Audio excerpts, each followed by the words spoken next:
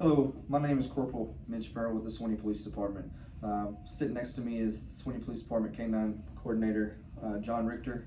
Um, we want to come to you and talk to you today about the K-9 program that we have here at the Sweeny Police Department. First off, we would like to thank the 30 by 30 K-9 fundraising group for giving us this amazing opportunity to be able to try to help our department that's in need.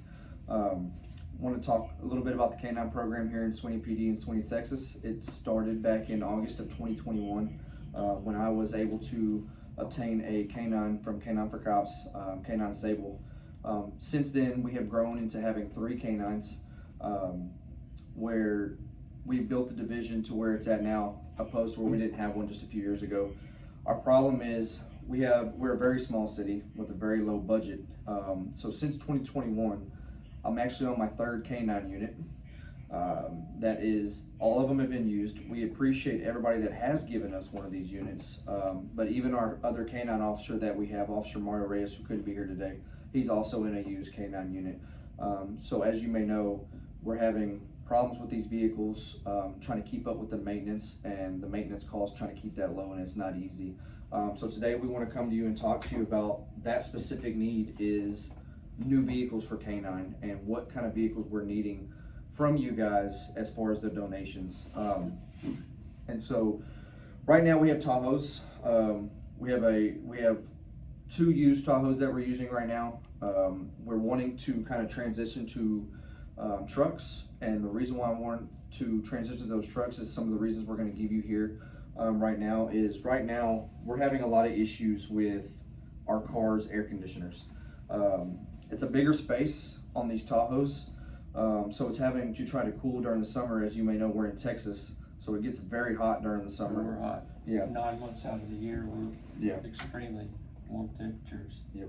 And we're having issues. We're having to put our vehicles in the shop continuously, and when that vehicle goes into the shop, our K-9 is completely down at that point, where it can no longer help not just the department, but the city, the county, and the state, because we assist as many people as we possibly can. So one of the top reasons that we're wanting to switch over to the trucks is the space to cool, and John can kind of explain a little bit more on that. That's correct. The Tahoe is an SUV vehicle, and it has 2 air conditioning units in each vehicle, and one unit seems to always be down, either the front or the rear. And we feel like if we go into a pickup truck, we'll have less cabin space to try to keep cool. We're not trying to cool a cargo area like we are in the Tahoe. Right. So it just seems to be more feasible, air conditioning wise, to try to get into a pickup truck. Another reason in favor of a truck versus an SUV is we gain a little bit of ground clearance. Absolutely. In a pickup. The Tahoes ride 8 inches from the ground. There's 8-inch clearance. So anytime we get into a pursuit type situation, the suspects almost always try to find an off-road path to get off the street, and once that happens, if we're in a Tahoe, we're very limited as to how far we can continue that pursuit and try to apprehend that suspect.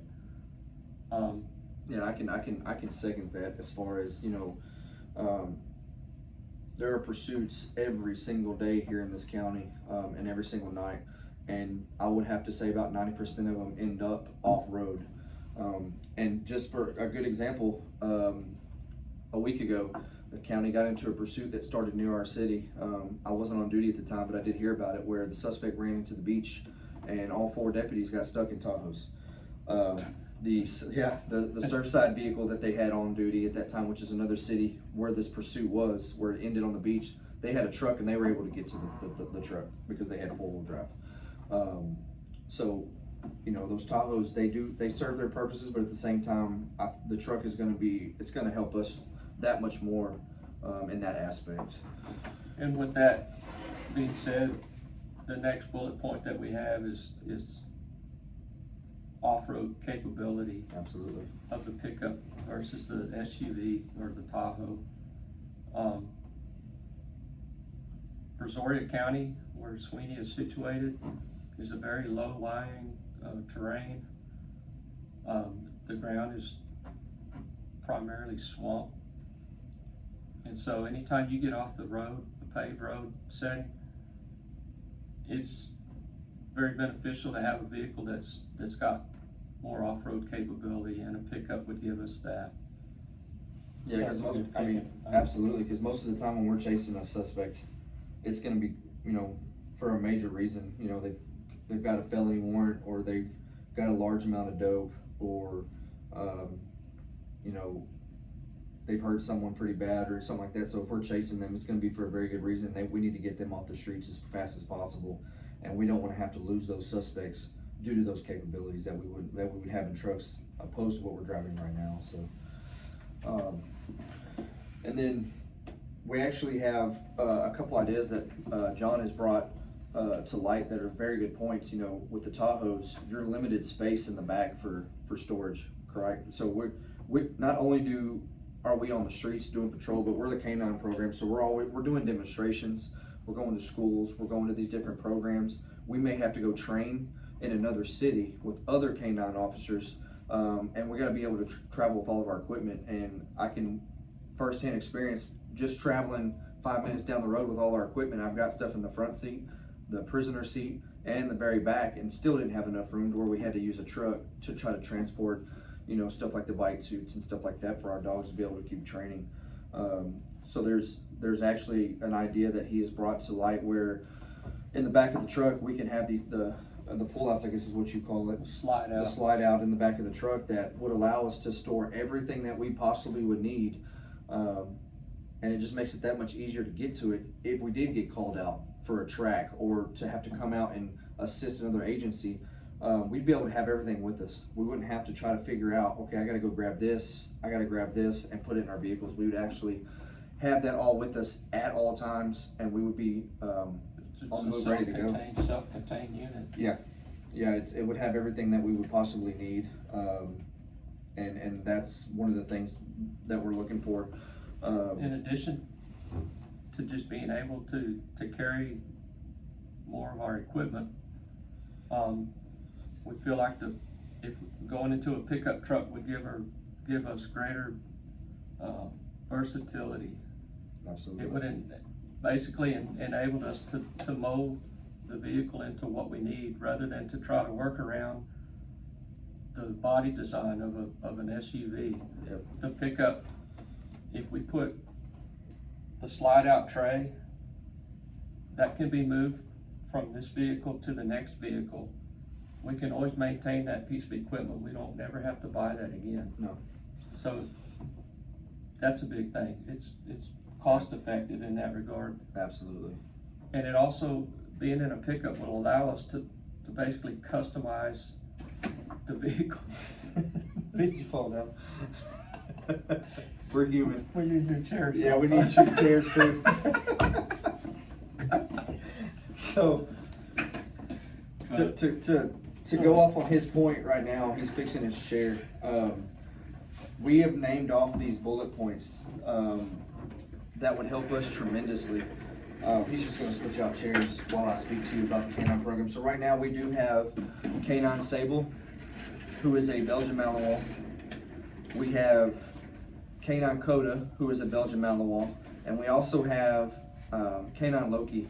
And a little bit about K9 Loki. John was contacted by someone that he knows from a shelter, a pound more or less, where this dog was a puppy. And John has been in a canine company where they have trained these dogs from the very start, and we got the opportunity to be able to train this dog from the start. And he is now a certified canine in narcotics, and we're going to venture out even further and make him a full patrol dog. And we've done this all on our own. We've done this all on donations. No money from our city. They don't have the funds to be able to help us out, so we are self-sustained. So everything that we pay for is coming from donation money. So we're looking at every different aspect that we can to try to help us lower that cost. And right now I can tell you our highest cost right now is maintenance cost. Our vehicle maintenance cost is through the roof due to the fact that we have these, I guess you call them hand-me-down vehicles, and we're very appreciative of them, but they only last so long. So we've got these 3 canines that have done well for our city, and we want to be able to sustain this canine program, not just for a year or two, but as long as that I'm around and John's around, we want to keep this thing going. And the big thing with that is getting new vehicles. And I know, we put on fundraisers here in town, but we can only get so much from a smaller town and a fundraiser. And with this company that you guys are, it's going to help us out tremendously, and we do appreciate this opportunity that you are giving us. And here in a few minutes, you're going to see a slideshow that we have put together for you of all 3 dogs. It's going to consist of different photos and training and things that we have done throughout the years that we've had them. So I don't know if, John, you want to end? I think with it anything? kind of pretty much covers all the points we had as far as the vehicles. It just in a nutshell, we just feel like a pickup truck would be much more suited to our specific needs.